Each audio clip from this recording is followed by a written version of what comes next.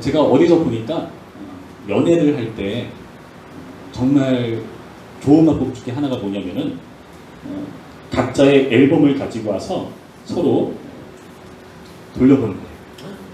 앨범을 가지고 와서 그 앨범 보면서 자신이 없어서부터 많은 변화가 있었나요? 네. 그 앨범을 통해서 상대방을 이렇게 보는 거죠. 그럼 뭘 할 수 있는가 하면은 그 사람의 과거를 알 수가 있죠, 그렇죠? 예. 물론 계속해서 거절하는 사람은 뭔가 이유가 있을 수도 있긴 한데 그 앨범을 본다는 것은 그 사람의 과거를 볼 수가 있고 나의 과거를 보여줄 수가 있어요. 그럼 뭐가 좋겠습니까? 그 사람의 과거와 나의 과거로부터 현재까지 거슬러 오면서 지금 만남이 있는 거잖아요, 그렇죠? 그러면 저 사람은 여기서부터 이렇게 왔고 나는 저기서부터 이렇게 왔어. 그러면 이 만남 안에서 내가 이제 어디로 향해 갈 것인가를 우리가 어디로 향해 갈 것인가를 우리가 조절할 수 있는 어떠한 좋은 방법이 된다고 생각을 합니다.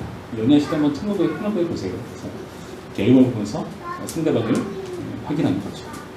우리가 이 수련회 기간에 확인할 것이 바로 그런 작업입니다. 여러분이 교회를 이해하기 위해서는 좀 어려울 수 있어도 좀 딱딱할 수 있어도 교회가 어떻게 이 자리까지 오게 되는가를 한번 그 과거를 돌아볼 필요가 있어요. 거창하게 교회사라고 말하기보다는 우리가 조금 단편적으로 필요한 것만 나눠서 이렇게 보도록 할 텐데요. 대한예수교 장로회 괄호 열고 합신 괄호 닫고가 공식적인 우리 부천평안교회 교회 그 앞에 붙는 명칭입니다. 그게 왜 이런 명칭이 붙는 건지를 우리가 확인할 거예요. 오늘은 장로회에 대해서 다룰 겁니다. 내일은요 대한예수교 장로회 합신에 대해서 다룰 거예요. 그러면 여러분 되게 많이 이해가 될 거예요. 아 그래서 교회가 이렇게 하는 거구나. 아 그 교회가 우리가 이렇게 다는 거구나. 그리고 더불어서 와 대한예수 장로회 정말 좋은 거구나. 우리 합신이 정말 대단한 그런 교파구나 하는 것을 좀 확인할 수가 있을 겁니다. 여러분 과거를 통해서 물론 흑역사도 다를 거예요. 그 과정을 통해서 여러분 교회에 대한 이해가 풍성해지는 시간을 가질 겁니다. 여러분 장로회가 뭘까요? 장로회 어떤 뜻 같아요? 생각해 본 적 있나요? 장로들이 모였다. 말 그대로 장로회네요. 예. 그렇죠.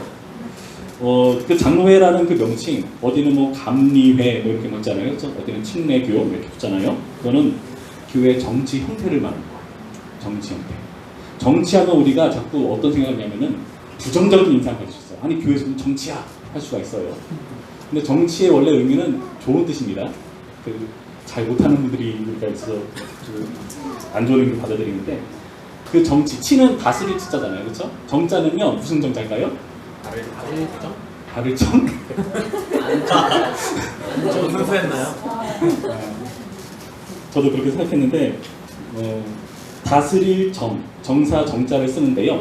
그 글자 안에 바를 정자가 포함되어 있어요. 그 바를 정자랑 그리고 어떤 글자가 붙어 있는가 하면은 칠복자, 칠 때리는 거. 그러니까 바르게 되도록 어떻게 해요? 때려야겠죠. 그렇죠? 무슨 말이냐 하면은 그 정치라는 것은 우리가 바른 방향으로 가도록 하기 위해서 어떤 공적인 권력이 이루어져야 되는 것 같다. 그렇죠? 그 공권력이라고 하죠. 그 권력 안에서 바른 걸 유지해 나갈 수가 있는 거예요. 여러분 집에서 말 안 들으면 어떻게 하죠? 혼나잖아요. 그렇죠? 혼나는 게 정상이에요. 왜요? 그렇게 해야 바르게 될 수가 있습니다. 그래서 여기서 정이라는 것은 다시 말해서 우리가 바르게 될 수 있도록 지도받는 것 이렇게 생각하시면 되겠습니다. 근데 우리가 그냥 말하면 안 듣잖아요. 그렇죠? 그러니까 좀 가격하게 때린다는 그런 의미도 있는 그런 권력. 물론 함부로 행사하면 안 되겠죠. 바른 교회를 위해서 그런 권력이 주어지는 겁니다. 장로회는요, 그 장로들에게 권위가 주어지는 그러한 모임을 말하는 거죠. 자, 봅시다. 그래서 이 정치라는 의미로 우리가 바르게 이해를 해야 되는데 이 정치 형태가 장로회만 있는 게 아니라 되게 다양하잖아요. 그 다양한 것을 뭐 구체적으로 다 일일이 다룰 수는 없어요. 그러나 큼직큼직하게 다룰 겁니다. 오늘의 본문의 말씀을 어떻게 이해하느냐에 따라서 크게 세 그룹을 나눕니다. 자, 보시면요. 오늘 말씀 보시면은 16절 말씀 보면은 시몬 베드로가 예수님이 어떤 분이신지를 멋지게 고백하죠. 우리 같이 읽어볼까요? 16절 시작. 시몬 베드로가 대답하여 이르되 주는 그리스도시요 살아계신 하나님의 아들이시니이다. 이 대답이 주님께서 들으시기 굉장히 마음에 드셨던 거죠. 그래서 어떻게 말씀하시는가? 18절 봅니다. 또 내가 내게 이르노니 너는 베드로가 내가 이 반석 위에 내 교회를 세우리니 음부의 권세가 이기지 못하리라. 그러면서 천국 열쇠를 내게 주겠다라고 말씀하시는 이 말씀을 보는 사람마다 다르게 이해하는 경우가 있어요. 자, 여기서 반석이 무엇이냐에 따라서 달라진다는 거죠. 먼저 이 반석을요, 베드로라고 해석하는 사람들이 있습니다. 베드로가 이 반석이다. 그러니까 베드로에게 권위가 주어지는 것이고, 그리고 그 베드로로부터 쭉 그 베드로로서의 그 권위가 누군가에게 쭉쭉 이어져 온다. 그것을 교황으로 해석하는 사람들인 거죠. 바로 교황과 그 교황을 따르는 그 카톨릭, 천주교가 있어요. 그래서 그 교황을 그 반석으로 주기 때문에 여러분 그 정치에서 누가 중요할까요? 교황의 말이 굉장히 중요하다는 거죠.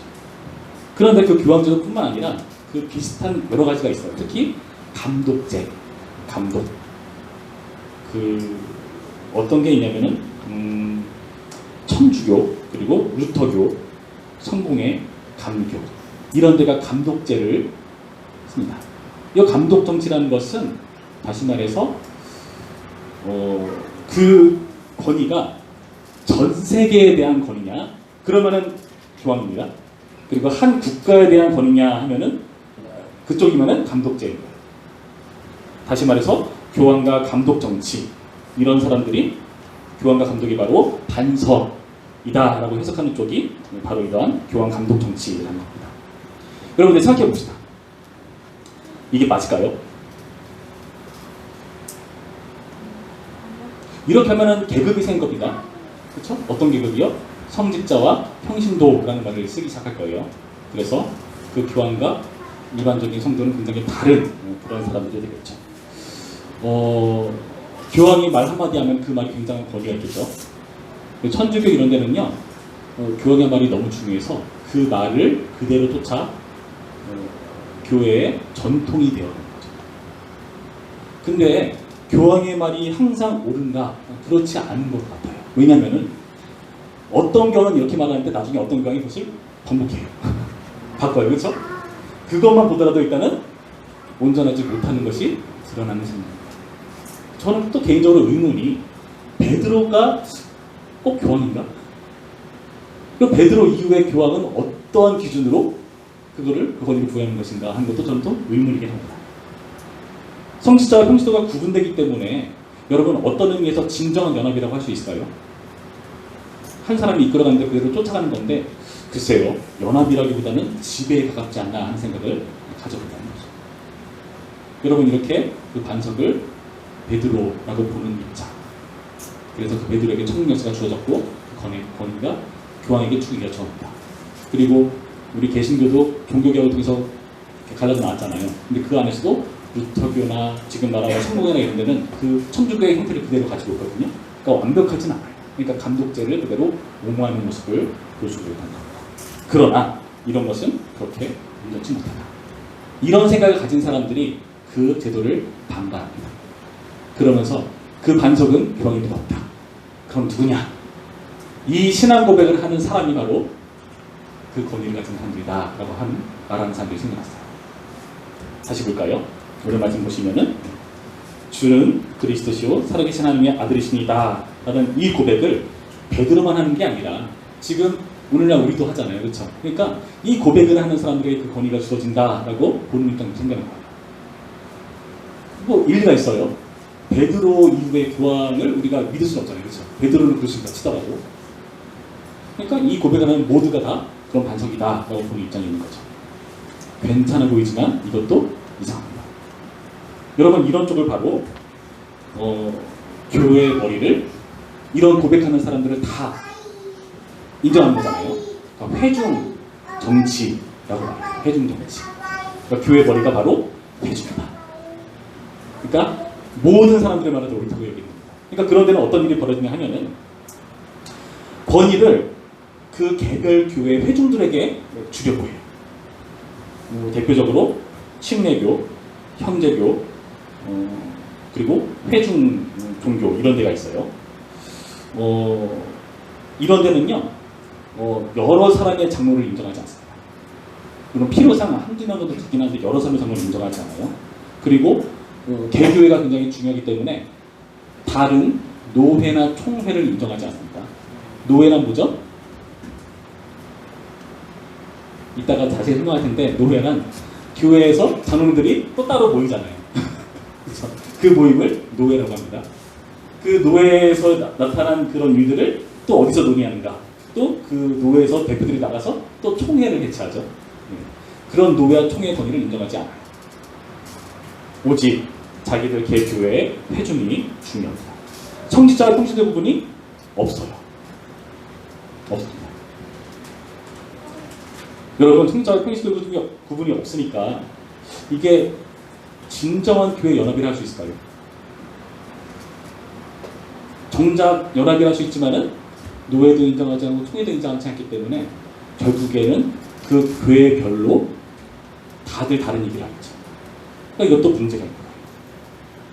여러분 지금까지 본 이 두 가지 교황이 교회의 머리가 되거나 그리고 회중이 교회의 머리가 되거나 그들이 반석이 됐을 때 문제점 뭐냐면요. 그 교황과 회중 모두 사람이 교회를 좌우한다는 겁니다. 사람이 좌우해요. 그러면은 이상한 일이 벌어질 거죠. 근데 오늘 보면 여러분 자세히 보시면은 결국 사람이 좌우하는 교회의 수가 없습니다. 왜냐하면은 17절 말씀 보시면은 예수님께서 그 베드로의 대답에 대해서 이렇게 말씀하시죠. 예수께서 대답하여 이르시되 바요나 시몬아 내가 복이 있도다. 이를 내게 알게 하니는 혈육이 아니요 하늘에 계신 내 아버지십니다. 자 봅시다. 바요나 시모나라는 것은 시몬의 아들이라는 뜻이에요. 다시 말해서 누구의 아들이라는 의미잖아요. 그리고 그 다음에 뭐라 했죠? 이를 내게 알게 하니는 혈육이 아니다. 그러니까 인간적인 어떤 것에 나온 고백일 수가 없다라고 말씀하시는 겁니다. 이 신앙 고백은 인간이 하시는 고백이 아닌 거예요. 누가 할 수 있다고요? 하늘에 계신 아버지께서 알려줍니다. 그러면서 예수님께서 그 고백을 받으시면서 뭐라고 말씀하시죠? 18절 말씀 자세히 보시면 또 내가 내게 이르노니 너는 베드로라. 그러니까 베드로 네가 교회를 세우라가 아니에요. 내가 이 반석 위에 내 교회를 세우리니 음부의 권세가 이기지 못하리라. 자, 예수님께서 교회를 세우시겠다라고 말씀하신 겁니다. 그 신앙 고백을 인간으로서 하시는 고백이라고 말씀하시고 그리고 이 교회를 내가 세우겠다라고 말씀하세요. 다시 말해서 이 신앙 고백의 내용이 너무나 중요하다는 거예요. 그 고백을 한 인간이 중요한 것도 아니고 그 고백을 토대로 봤을 때 아 베드로가 있구나가 아니고 그 고백의 내용이 담겨있는 메시지, 하나님께 주신 그 메시지, 그리고 그것을 기초해서 예수님께서 세우시는 그 교회라는 거에 너무나 중요합니다. 여러분 다시 자세히 볼까요? 주는 그리스도시요 살아계신 하나님의 아들이십니다. 이건 무슨 뜻입니까? 주는 그리스도시요. 그리스도는 뭐죠? 그리스도? 구약에서는 메시아라고 해요. 구원자죠. 기름 부음 받은 존재를 말하죠. 그러니까 하나님의 거룩한 목적을 위해서 구별해서 세우신 그러한 그 당시는 제사장이나 왕, 선지자 그런 사람들을 메시아라고 했고요. 신앙생활 그 사람들을 그리스도라고 합니다. 그 사람들의 의미는 뭐죠? 하나님의 뜻이 이 땅 가운데 실현되도록 힘쓰는 사람들이죠. 그렇죠? 그러니까 인간이 어떠한 것이 아니라 하나님의 어떠함이 그 사람들에게 펼쳐진 것을 말하는 거죠. 그리고 살아계신 하나님의 아들입니다. 하나님의 아들은 무슨 뜻이죠? 하나님의 아들은 하나님을 그대로 닮은 존재이죠. 하나님의 뜻과 계획대로 그대로 반영하고 통치할 수 있는 그런 존재를 말하는 겁니다. 다시 말해서 하나님의 형상을 그대로 빼어받은 하나님의 뜻대로 이 세상을 이끌어가는 그런 존재, 진정한 왕을 의미하는 의미라고 할 수가 있어요. 그래서 뭐 어떤 사람은 성자 예수님을 설명하는데 그 의미 아니에요. 원래는 여기서는 하나님의 아들 형상으로서 의미가 됩니다. 그러니까 하나님 뜻을 그대로 실현하는 존재. 다 봅시다. 인간이 좌우하는 게 아니라 하나님의 좌우도록 교회를 이끌어가는 것, 하나님께서 세우시는 것. 다시 말해서 이 교회 머리는요 인간일 수가 없다는 거죠. 그럼 구체로 누굴까요? 내가 내 교회를 세운다. 그 교회의 주인이신 예수님. 에베소 1장 22절 말씀 보면 이런 말씀이 있습니다. 또 만물을 그의 발 아래 복종하게 하시고 그를 만물 위에 교회의 머리로 삼으셨느니라. 예수는 교회의 머리라고 말씀하시는 성경 구절이에요. 골로새서 1장 18절 말씀. 그는 몸인 교회의 머리시라. 그가 근본이시요 죽은 자들 가운데서 먼저 나신 이시니 이는 친히 만물의 으뜸이 되려 하시며. 몸인 교회의 머리라고 예수님을 지금 칭하는 모습이죠. 여러분 이 말씀을 보면서 과연 이 교회의 주인 되는 존재, 교회의 머리 된 존재는 바로 예수님이라는 것을 알 수가 있습니다. 그러니까 교회의 주인은요 예수님이셔야 되고 하나님의 뜻대로 이루어지는 교회, 사람의 좌지하는 교회, 우지하는 교회가 되어서는 안 된다는 거죠. 그 신앙 고백의 내용이 중요합니다. 그 내용이 지시하는 존재, 그리스도를 말하는 거죠. 여러분 그렇다면 이 교회 가운데에 인간이 좌지우지하는 그런 게 아니라 하나님께서 다스리고 통치하시려면요 어떤 교회가 될까요?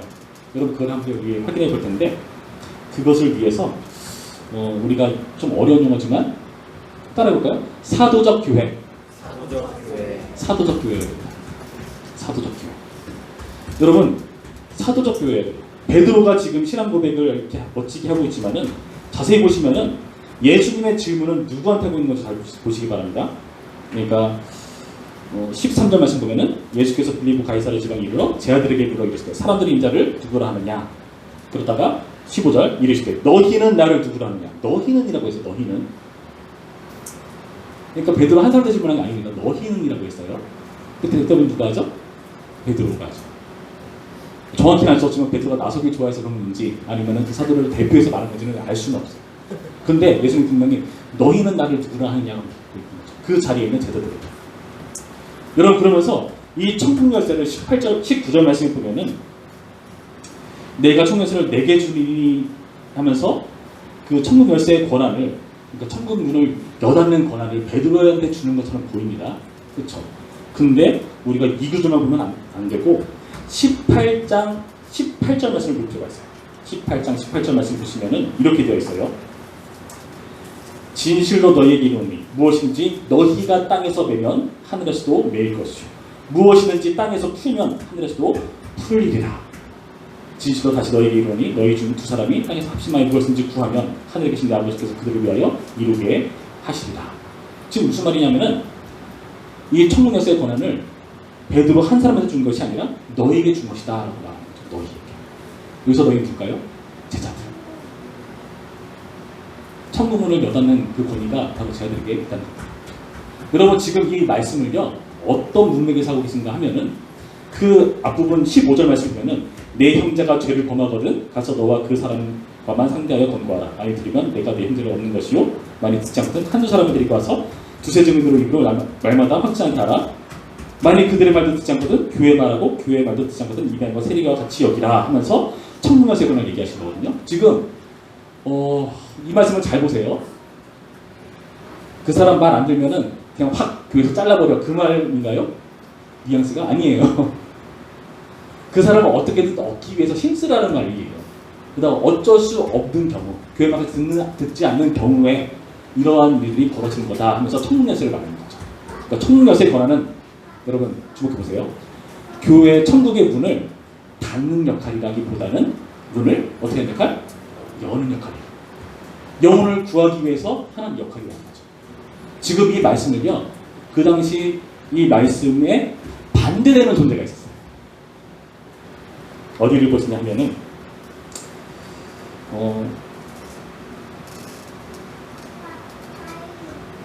23장 13절 말씀 보시면은 이런 말씀이 있습니다. 제가 읽어드릴게요. 23장 13절 화 있으신 저 외식하는 서기관들과 바리새인들이여 너희는 천국 문을 사람들 앞에서 닫고 너희도 들어가지 않고 들어가려 하는 자도 들어가지 못하게 한도다. 분명히시죠? 천국 문을 닫는 이러한 그 당시 기득권들을 향해서 이런 비판을 하고 있잖아요. 그러니까 제자들은 그거 반대인 거죠. 영혼을 얻기 위해 천국의 문을 여는 역할을 합니다. 사도들이 그 역할을 한다. 자, 사도적 교회라는 것은 아까 제가 말했던 그 베드로부터 교황으로 이어진 게 아니라 베드로 한 사람을 주는 게 아니라는 거예요. 결국 제가 말씀드리고 싶은 거는 제자들에게 주어진 권위이고, 그렇죠? 그리고 그 제자들로부터 쭉 이어지는 권위입니다. 천국을 열라. 이런 이해 속에서 사도적 교회라는 거예요. 그러면서 이 사도를요, 성경에서 어떻게 표현한가를 우리가 좀 이해할 필요가 있어요. 에베소서 2장 20절 말씀 보시면은, 그 전에 요한복음 20장 21절 말씀 봅니다. 요한복음 20장 21절 말씀 제가 읽어드릴게요. 예수께서 또 이르시되 너희에게 평강이 있으리로다. 예수께서 부활하시고 나서 그 제자들에게 나타나서 하신 말씀입니다. 아버지께서 나를 보내신 것 같이 나도 너희를 보내노라. 이 말씀하시고 그들을 향하사 숨을 내쉬며 이르시되 성령을 받으라. 너희가 누구의 죄든지 사하면 사여질 것이요 누구의 죄든지 그대로 두면 그대로 있으리라. 무슨 말이죠? 제자들에게 청렴의 권한을 사용할 수 있도록 지금 그 권위를 부여하시는 겁니다. 그러면서 에베소 2장 20절 말씀 제가 읽을게요. 너희는 사도들과 선자들의 터 위에 세우심을 입은 자라. 그리스도께서 친히 모퉁이 돌이 되셨느니라. 교회를 향해서 말씀하고 있습니다. 너희는 사도들과 선자들의 터 위에 세우심을 입은 자다. 사도들의 터 위에 세웠다. 그리고 에베소 4장 11절부터 12절 말씀 제가 읽어드릴게요. 그가 어떤 사람은 사도로, 어떤 사람은 선지자로, 어떤 사람은 복음 전한 자로, 그러면서 쭉 얘기해요. 그러다가 이러한 일들을 하게 함으로써 뭐라는가? 그리스도의 몸을 세우게 하십니다. 자, 정리해볼까요? 사도가 있는 이유는 무엇이냐 하면은 교회의 기초를 놓기 위해 사도가 있는 거고요. 그 사도는요, 교회의 몸을 세우기 위해서 그 역할을 한다고 하는 겁니다. 사도는요, 교회의 기초를 놓고 그 교회를 세우기 위해서 존재하는 사람들이에요. 그럼 사도는 과연 무엇으로 그 일을 할까요? 사도들의 역할은 뭘까요? 왜 사도들의 터 위에다 진다고 얘기할까요? 여러분, 오늘날 사도가 있나요? 오늘날은 없습니다. 말하면 큰일 나요. 마지막 사도가 누구죠? 사도 요한. 요한이 마지막으로 계시를 받죠. 그 마지막 계시, 요한계시록 뒷부분 보면 뭐라 나오죠? 이 전한 말씀 외에 더하거나 빼면은 저주를 받는다. 마지막 사도인 요한한테 하나님께서 그 말씀을 주신 겁니다. 그러니까 그 이후로 내가 사도다 하면서 이상한 말 한다 그러면은 그거 다 안 되는 거예요. 그러면서 요한계시록이 딱 끝나버리잖아요. 성경은 끝난 겁니다. 더 이상 존재하지 않아요. 사도의 역할은 이 성경을 완성시키는 거죠. 하나님의 말씀을 전하고 기록하고 함으로써 결국에 그 사도들의 말이 뭐가 되죠? 신약 성경이 됩니다. 자, 사도들과 선지자들 터 위에 지었다는 것은 무슨 말이죠? 결국 성경 위에 그 토대의 교회를 둔다는 겁니다. 다시 말해서 뭐예요? 하나님의 말씀 위에 둔다. 그 오늘 사도는 없습니다. 그 역할을 누가 이어서 할까요? 제가 읽어드릴게요. 아까 읽었던 에베소 4장 11절 10절 말씀, 그가 어떤 사람은 사도로, 어떤 사람은 선지자로, 어떤 사람은 복음 전한 자로, 그리고 나서 어떤 사람은 목사와 교사로 삼으셨으니 이는 성도를 온전하게 하며 봉사일을 하게 하며 그리스도의 몸을 세우려 하시리라. 어떤 사람은 목사와 교사. 그런데요, 번역을 이렇게 할 수도 있습니다. 어떤 사람은 목사, 즉 교사로. 여러분, 목사 역할이 뭘까요? 하나님의 말씀을 듣고 전하는 역할일까요?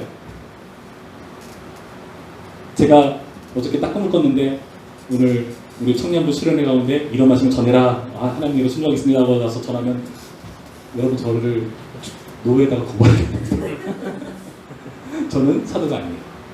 저는 기록된 성경을 여러분들에게 이해할 수 있도록 열심히 연구해가지고 전해주는 역할을 하는 겁니다. 저는 사도가 아니기 때문에. 사도 역할은 신약 성경이 마치게 하는 그 역할을 하는 존재라는 거죠. 다시 말해서 이 천국을 여는 여세들을 사도들에게 허락했다는 것은 다시 말해서 이 성경의 권위를 말하는 거예요. 이해되셨나요? 사도적 교회는 결국 성경의 권위를 말하는 겁니다. 여러분, 이게 너무나 중요합니다. 그래서요, 사도들이 결국에 주축이 되어서 이렇게 세워놓은 신약 성경이 구약과 더불어 하나님의 말씀으로서 권세를 갖는 겁니다. 그리고 그 이후에는 아무도 사도일 수 없습니다. 베드로 이외 교황들, 내가 말씀에 그 해석할 수 있는 권위가 대단하다? 그럴 수가 없는 거예요. 사도는요, 여러분, 그 당시에 하나님께서 특별히 허락하신 특별한 사람들이에요. 이것을 좀 어려운 말로 창설 직업, 교회가 만들어졌을 때 있는 그 직분이라 해서 그렇게 이름 지었습니다. 사도와 선지자와 복음 전하는 자, 아까 읽었던 그 사람들이 바로 이 역할을 하는 거예요. 그런데 이러한 사도의 직임, 그 역할을 승계받은 사람들이 있다. 내가 사도다라고 말하면은 잘못된 겁니다. 사도행전이 29장까지 있죠. 예, 뭐 X 뭐 28, 뭐 사도행전 28장을 쓰다 이렇게 말하는 사람인데 안 돼요. 27장까지만 있어야 돼서 성경은요.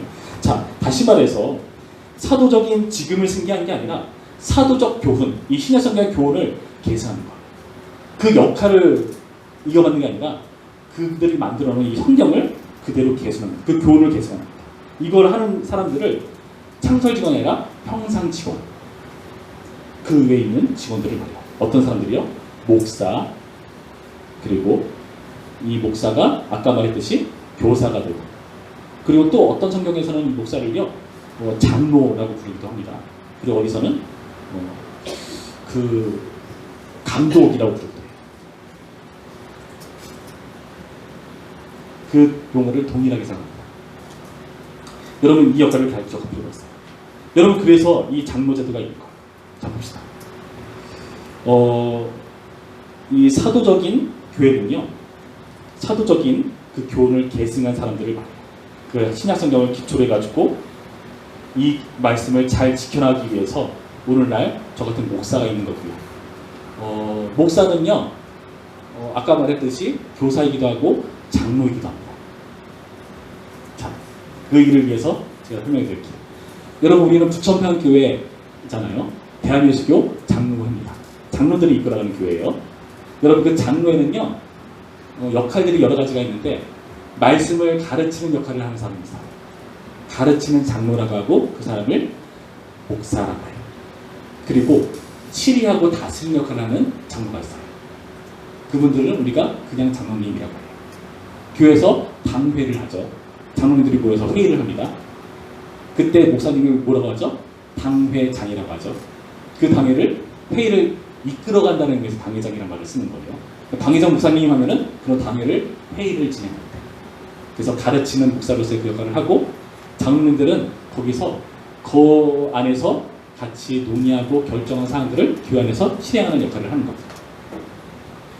목사님은 가르치는 역할을 하고 장로님들은 그 역할을 위해서 교회를 다스리고 치리하는 역할을 하기 때문에 뭐가 중요하냐면 장로님들의 원래 역할은 뭐냐?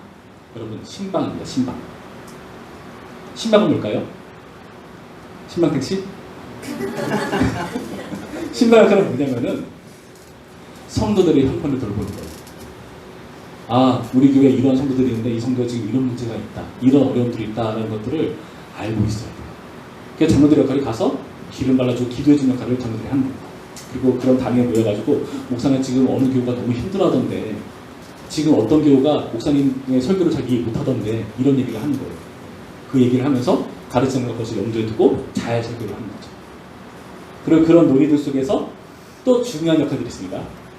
창설 직원 말고 여기 나타난 평상 직원 가운데 장로님들이 가르치는 목사님과 장로님, 그리고 장로님이 있다면 또 하나 중요한 역할이 바로 집사님이 있어요. 집사님은 어떤 역할을 할까요?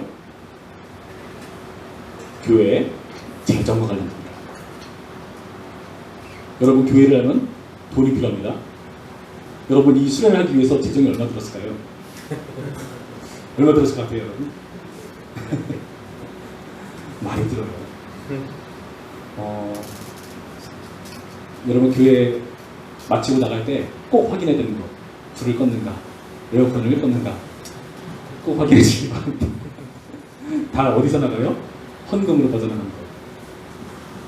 그 역할을 집행하는 역할을 바로 집사님들이 하는 거예요. 다시 말해서 교회가 제대로 흘러가기 위해서 사도행전에서 다시 새로운 법칙이 있는 거예요. 여러분 사도적 교회가 하나님의 말씀이 제대로 이 교회 가운데 구현되기 위해서 당회를 만들어서 그 역할을 해내는 그 역할들을 하는 겁니다. 그리고 이 사도적 교회여야 하면서 동시에 어떤 교회가 되는가 하면은 장로 교회가 됩니다. 그러니까 권세에 있어서는, 그 권위에 있어서는 사도적 교회가 되고 말씀을 기초해야 되니까요. 이것을 행하는 그런 형태에 있어서는 장로 교회가 돼요. 여러분 이것은 성경적인 제도입니다. 왜냐하면 제가 알려드릴게요. 신약 성경을 보시면은 사도행전 14장 23절 말씀 보면 이런 말씀이 있어요. 각 교회에서 장로들을 택하여 금식기도 하며 그들이 믿는 주께 그들을 위탁하고. 교회에서 누구 택했다고요? 장로를 택했다. 여기서 택했다는 표현이 원래 의미는 뭐냐면은 거수하여 정했다는 겁니다. 것으로 투표했다는 겁니다. 선거했다는 겁니다. 장로들을 뽑아가지고 이 사도행전 당시에 교회를 운영하는 장로를 뽑았다라는 것을 여러분 의미상에 보시기 바랍니다. 신약에서 장로의 제도를 인정하는 거예요. 그리고 사도행전 20장 17절부터 35절까지의 말씀, 내일 아침 우리 묵상 본문인데요. 그 말씀 보시면은 다 읽을 수는 없고 17절과 28절 말씀을 제가 읽어드릴게요. 사도 바울이 교회를 떠나면서 거기 있는 장로들에게 하는 말입니다. 17절 말씀, 바울이 밀레도에서 사람을 에베소로 보내어 교회 장로들을 청하니, 장로들을 불렀대요. 특이하게 28절 말씀 볼까요? 여러분은 자기를 위하여 또는 온 양떼를 위하여 삼가라. 성령의 그들 가운데 여러분을 감독자로 삼고, 장로인데 감독이라는 말 하네요. 장로하고 감독이라는 뜻입니다. 그러니까 성경에서 여러분 용어를 볼 때 너무 한 용어에 빠지지 말고 그 용어가 다양하게 들린다는 걸 알아야 돼요. 장로라고 말하기도 하고, 감독이라고 말하기도 하고, 목사라고 말하기도 하고, 교사라고 말하기도 해요. 자, 감독자로 삼고 하나님의 자기 피로 사신 교회를 보살피게 하셨느니라. 누구한테 보살피겠다고요? 감독, 장로들에게. 신약 성경이 지금 이 장로 제도를 옹호하고 있다는 겁니다. 사도들의 교훈을 바탕으로 한 신약의 권위에 의하면요. 신약만 그런가? 구약도 마찬가지입니다. 출애굽기 19장 7절 8절 말씀 제가 읽어드릴게요. 모세가 내려서 백성의 장로들을 불러 여호와께서 자기에게 명령하신 그 모든 말씀을 그들 앞에 진술하니 백성이 일절히 응답하여 이르되 여호와께서 명령하신 대로 우리가 다 행하리이다. 모세가 백성의 말을 여호와께 전하네. 모세가 백성의 장로들을 불렀대요. 그렇죠? 그 장로들에게 말했는데 우리가 다 행했나이다 라고 누가 말하죠? 온 백성이. 장로들을 통해서 지금 백성들을 운영해 나가는 일을 하고 있다는 거예요.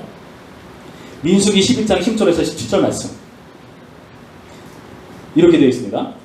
여호와께서 모세에게 이르시되 이스라엘 노인 중에 네가 알기로 백성의 장로와 지도자가 될 만한 자 70명을 모아 내게 데리고 와 회막에 이르러 거기서 너와 함께 서게 하라. 내가 강림하여 거기서 너와 말하고 내게 임한 영을 그들에게도 임하게 하리니 그들이 너와 함께 백성의 짐을 담당하고 너 혼자 담당하지 아니하리라.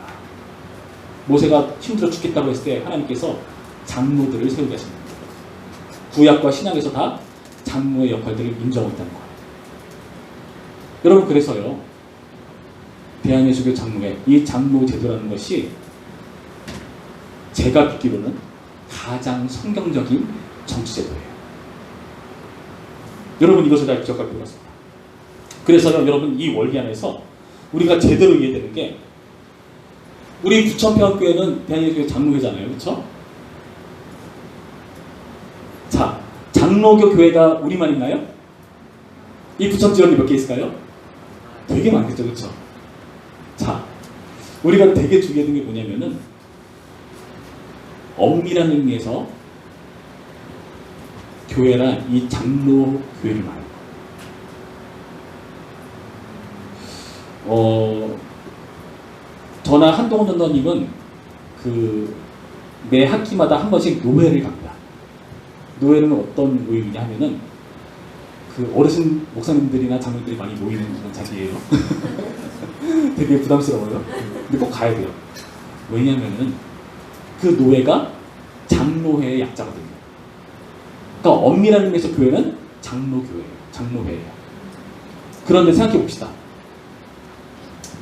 우리가 물리적으로 모든 하나님의 백성들이 한 장소에 모일 수가 있나요? 불가능하죠. 이 성경시대에 있었던 사람들과 오늘날 우리와 앞으로 주님 믿을 사람들이 동시에 같이 모여서 예배드릴 수 있을까요? 그렇지 않잖아요. 그렇죠?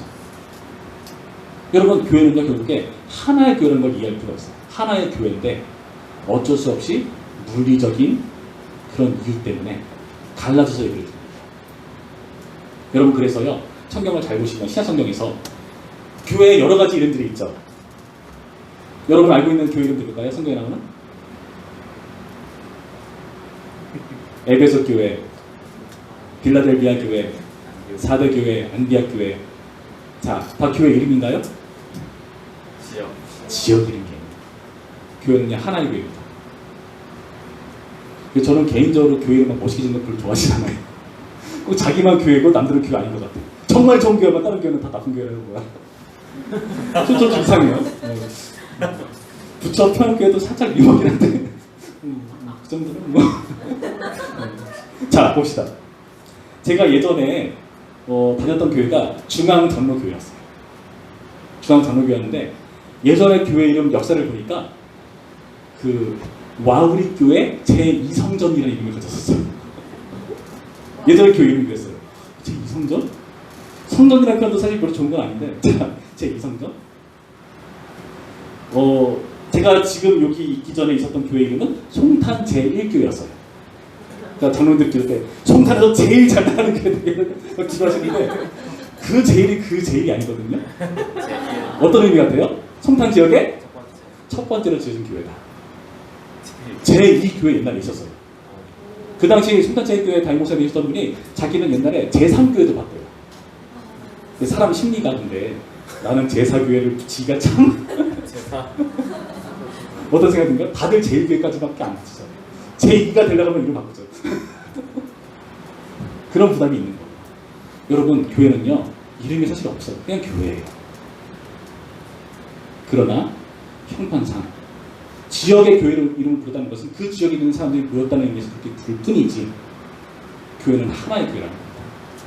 그렇다면요 우리끼리 또또 뭉쳐가지고 우리 안에서 회의하고 진행한 모든 사항들을 우리가 마음대로 해나갈 수가 있는가?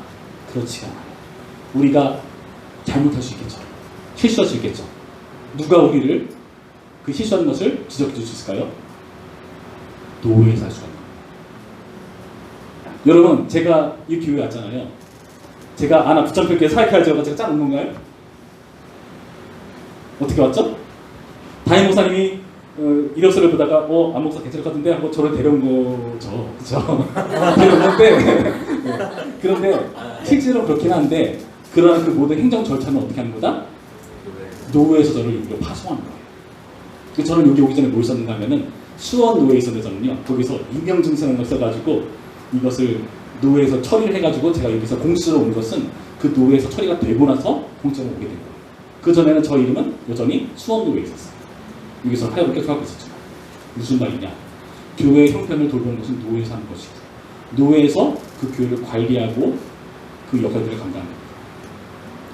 그런데 큰 교회들이 자기들이 힘을 갖다고 혼돈을 많이 한다고 어떤 일을 벌일 수 있죠? 우리 교회가 그래도 노회에서 큰 역할을 감당하는데 우리가 마음대로 이것을 막 주장할 수가 있을까요? 노회 역할들을? 그러면 안 됩니다. 그런 데가 있었죠. 자기 아들을 목사시키려고 다니시려고 그런 교회가 있었죠. 안 되는 거예요. 노예에서 한다. 그렇게 하면 노예가 됩니다. 견제해줘야 돼요. 자, 다시 말해서 지금 이 노예는요 결국 장로의 줄임말인데 노예가 곧 교회고요. 우리 부천평교회는 무슨 교회일까요? 교회 안에 속한 엄밀한 의미에서 교구입니다. 그래서 사지 지자를 써가지고 지교회라고 말을 해요. 지교회. 우리는 다 지교회예요. 그래서 이 교구로서 그냥 우리 이름 있는 거는 그냥 분리적인 구분이다라고 이해하시면 돼요. 여러분 우리 앞으로 천국 가면요 성경시대에 있었던 교회 그리고 오늘날 우리 교회 앞으로 있는 우리 다음 세대들 다 한 자리에 모여서 하는 예배할 겁니다. 다 그것이 하나의 교회예요. 여러분 이 원리를 이해를 해야 된다는 겁니다. 여러분 그렇다면요 이 노예는 지교회보다 더 높은 더 고차원적인 상위에 있는 기관이네요? 맞나요? 틀리나요? 그렇지 않아요. 노예는 더 높은 상회 개념이 아닙니다. 그저 많은 사람이 모여서 논의하기 때문에 그 권위가 있을 뿐이지 더 높은 권위는 아닙니다. 노예 사람들이 모여서 지역별로 또 모임을 갖죠. 총회로 모입니다. 그 총회 권위가 가장 높겠네요? 아니에요. 그 모든 논의들을 함께 모여서 논의하기 때문에 많은 사람들의 그러한 결정들이 있을 뿐이지 그게 더 상회 개념이 아닙니다. 그래서 우리 합시는요 어떻게 하냐면요 잘 들으세요. 그 총회를요 폐회하자마자 바로 파회해요. 없애요. 우리 합시는요 총회장을 매 년마다 바꿔요. 왜 그렇게 할까요? 권력이 생긴 것을 더 용납하잖아요. 그렇게 해야 어떤 사람들이 힘을 얻고 자기 맘대로 막 좌지우지하는 그런 교황 정치가 되지 않는다는 겁니다. 단지 필요에 의해서 일시적으로 모일 뿐이에요. 그렇다면은 그 총회 모임에서 그 회장 역할을 하시는 분이 있을 거 아니에요. 그렇죠? 총회장이라고 하죠. 원래 우리 합신에서는 총회장이 아니라 총회의장이 공식적인 명칭입니다. 그런데 그렇게 하고 다른 교회랑 모임을 갔다 보니까 자꾸 용어가 다른 거예요. 그래서 총회장을 불러줄 뿐이지 걸려가는 게 아니에요. 그냥 의장으로서 가는 것일 겁니다. 폐하는 즉시 파회하기 때문에 그 총회장으로서의 그런 역할은 그때 끝나는 거예요. 여러분 그 역할을 잘 기억하실 필요가 있습니다. 자, 우리가 이것을 왜 잘 기억해야 되냐 하면은 여러분 교회는요, 여러분 잘 생각해 보세요. 요즘 막 그런 이상한 용어들이 있어요. 가난한 교회. 안 나간다는 거죠, 교회를. 자, 교회를 안 나가는데 나는 예수님을 믿어. 이러는 사람들이 많아지는 추세인 것 같아요. 여러분 그거 되게 위험한 겁니다.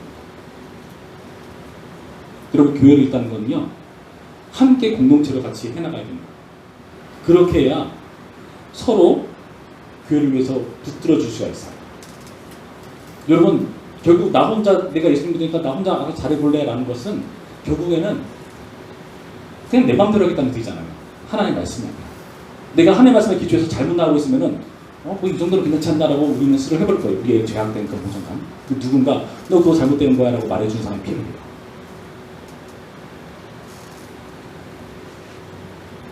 그래서요 여러분 이 교회에서 정상가는 게 굉장히 중요합니다. 여러분 그 일을 위해서 장로 제도가 있는 거예요. 장로의 역할은요 사람이 걸려가는 게 아니다. 교황제도가 아니에요. 회중제도가 아니에요. 사람이 자기 멋대로 하는 교회가 아닙니다. 여러분 마음대로 신앙생활하는 데가 아니에요. 하나님의 말씀대로 하기 위해서 정체도를 그렇게 만들어둔 거예요. 하나님의 말씀이 나를 붙들어두기 위해서. 그럼 이 원리를 잘 기억하시기 바랍니다. 여러분들도 저도 여러분을 위해서 열심히 하지만 여러분도 저를 위해서 일해 주셔야 돼요. 제가 여기 나와서 뭐 허튼 소리 하면 여러분 저를 신고하셔야 돼요. 방해에다가 붙잡혀게 당해. 우리 안석현 목사님 청년부에서 이상한 말 하더라도 당장 고발해서 제가 허튼 소리 못하도록 저를 견제하셔야 됩니다. 정말 되게 중요한 일이에요. 이 역할을 우리가 잘 기억할 필요가 있습니다. 신앙은요 혼자 하는 게 아니라 함께 하는 겁니다. 여러분 이 원리를 우리가 잘 기억할 필요가 있어요. 오늘의 말씀을 통해서 여러분 장로회에 너무 잘 오셨습니다. 장로회 여러분이 있기 때문에 신앙은요 여러분 굉장히 추상적할 필요가 없어요. 내 개별적으로 난 이렇게 하는 게 가장 은혜롭던데 난 내 방식대로 할 거야 라고 할 수가 없는 거예요. 가장 말씀에 기초한 게 무엇인가를 점검받으면서 여러분 신앙적인 문제 있을 때마다 저한테 확인하면서 하는 거예요. 근데 이런 사람들 있죠? 교회 가는데 마음에 안 들어요. 어떻게 하죠? 다른 교회를 탐색하러 다니잖아요. 그러면서 교회를 옮겨 다닙니다. 여러분 마음에 들어서 갔지만은 그 교회가 끝까지 마음에 들까요? 결혼이랑 똑같아요, 여러분. 저는 제 아내가 너무 마음에 들어요. 결혼이랑 똑같은데 뭐냐면은 같이 살다가 안 맞는 게 있다는 거예요. 겉에서 봤을 때 좋아 보이는데 가면은 분명히 부딪히는 분이 있어요. 그럴 수밖에 없어요. 왜요? 그 부딪히는 부분을 하나님께서 나를 훈련시키는 그런 장이거든요. 나 그거 피해서 딴 데로 간다? 하나님께서 우리 놔두시겠어요? 하나님의 목적은 나를 그거를 뛰어넘는 건데 계속 부딪히게 하시겠죠? 또 부딪힐 수밖에 없는 문제예요. 다시 말해서 여러분 교회 안에서 신앙생활을 한다는 것은 하나님의 통찰에 나를 맡기는 겁니다. 그래서요 중요한 게 뭐냐, 여러분 혹시나 이사를 가거나 직장을 멀리 가거나 피치 못하게 교회를 옮겨야 되는 경우도 있겠죠. 어떻게 해야 될까요? 인터넷을 열심히 뒤져서 유튜브를 보고 이 교회 목사님 말씀 좋은데 여기로 가야겠다 하면 되나요? 그것도 뭐 좋은 걸 수 있을 것 같긴 한데 네. 그러나 여러분 스스로를 믿지 마세요. 목사님께 물어봐서 좋은 교회를 추천받아서 가는 게 제일 좋고, 그럴 때 그냥 가는 게 아니라 이명 증서라는 것을 가져가야 됩니다. 나는 부천병교에서 이렇게 신앙생활을 했고 여기서 이렇게 세례를 받았고 이런 것들을 써주는 증서가 있어요. 그 증서를 가지고 그쪽에 보여줘야 돼요. 그래서 그쪽에서 받고 이 사람이 그 교회에서 이렇게 신앙생활을 하는 걸 좀 확인하고 그 사람을 받아주는 거예요. 근데 여러분 이렇게 사람들이 할까요? 안 해요. 이명주사 가지고 딱 왔어요. 교회에서 어떻게 하죠? 그냥 받아주죠. 왜 받아줄까요? 안 받으면 어떨 거예요? 받아줘야죠. 그렇죠? 네. 근데 정말 깐깐하게 하는 교회는 이명주사 가져오세요 해야 맞아요, 원래는. 여러분 그렇게 해야 하나의 교회예요. 그렇지 않으면 내 맘대로 하겠다는 거예요. 여러분 견제를 받으시고 여러분 스스로를 믿지 마세요. 나도 나를 안 믿어요. 나도 실수할 수 있고 넘어질 수가 있어요. 그럴 때 동료의 그런 지원을 받고 하나님의 말씀대로 가기 위해서 교회 울타리를 여러분 굳으시기 바랍니다. 이렇게 우리는 오늘 장로회에 대해서 살펴보았습니다. 기도할까요?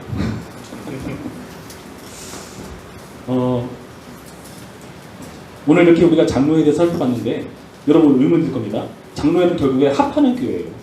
우리 교회만 교회가 아니라 장로회라고 이름 불리는 모든 교회가 하나의 교회라는 의미에서 합하는 교회라는 겁니다. 여러분 그 합하는 교회의 이론으로 있는 겁니다. 그래서 그 안에서 여러분 자라나가고 함께 해나가셔야 되는데 의문이 들 거예요. 아니 근데 장로회가 왜 이렇게 많이 갈라집니까? 합시는 보고 총시는 보고 통합은 보고 대신은 보고 다 뭐냐? 그럼 우리가 내일 할 겁니다. 오늘 기도하실 때 이렇게 기도하죠. 하나님, 주님의 은혜 안에서 우리를 장로 제도의 그 하나의 말씀대로 살 수 있는 그 교회 안에 신앙생활 할 수 있도록 주님 감사드립니다. 우리는 죄인지라 사실 내 마음대로 할 확률이 높습니다. 목사님 말씀도 안 듣고 목자 말도 안 듣고 내 마음대로 하고 싶은 게 사실 우리의 기질입니다. 하나님. 청년부 예배가 2시지만은 어떨 때 나는 그냥 2시 20분에 나오고 싶고 어떨 때는 목자 동한테 나오고 싶기도 하지만 하나님, 그런데 주님께서 우리를 이 교회에 부르신 것은 내 마음대로 하지 말고 하나님의 말씀의 그 권위 안에서라고 하나님의 말씀답게 신앙을 키워나가라고 이 장로의 제도에 우리를 부르신 줄로 믿습니다. 주여, 우리가 신앙 고백했듯이 주는 그리스도 살아계신 하나님의 아들이십니다. 이 고백처럼 사람이 막 좌지우지하는 교회가 아니라 하나님께서 통치하고 다스리는 교회 안에 그 제도 안에 우리를 묵게 하여 주시옵시고 이제는 나 혼자 내 맘대로 하는 신앙이 아닌 장로회 안에서 하나님의 말씀 안에서 신앙생활 할 수 있도록 인도하여 주시옵소서. 주님, 내가 나를 믿지 않습니다. 난 언제든지 넘어지고 실족하고 흔들릴 수 있습니다. 그때마다 이 교회의 도움을 받게 하시고 이 안전한 장로 제도 안에서 내가 굳건하게 신앙을 지켜나갈 수 있도록 인도하여 주시옵소서. 우리 이런 마음을 가지고 제가 기도하겠습니다. 기도하죠. 참 좋은 신앙의 감사.